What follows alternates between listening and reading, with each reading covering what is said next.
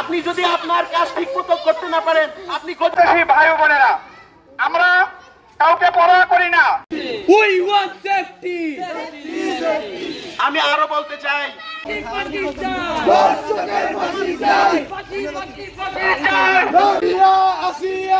আমি কে, আমি কে,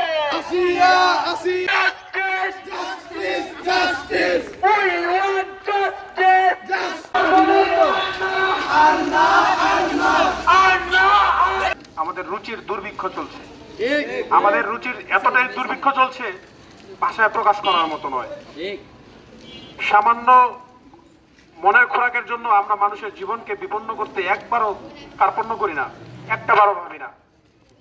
আমরা 24 পরবর্তী বাংলাদেশ, আমরা বাংলাদেশকে দেখতে চেয়েছি নতুন রূপে।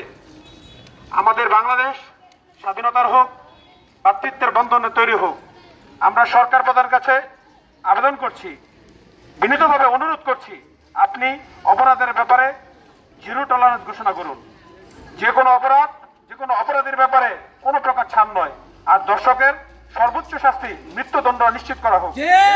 দর্শক যেই কোনো দলের সংগঠনেরই হোক না কেন, দর্শক যেই হোক না কেন, তাকে অতি বিলম্বে এই দেশে দর্শকের অতি দ্রুত ফাঁসির আইন কার্যকর করা হোক। আপনারা দেখছেন দৈনিক কর্ণকণ্ঠ, সবার কথা বলে।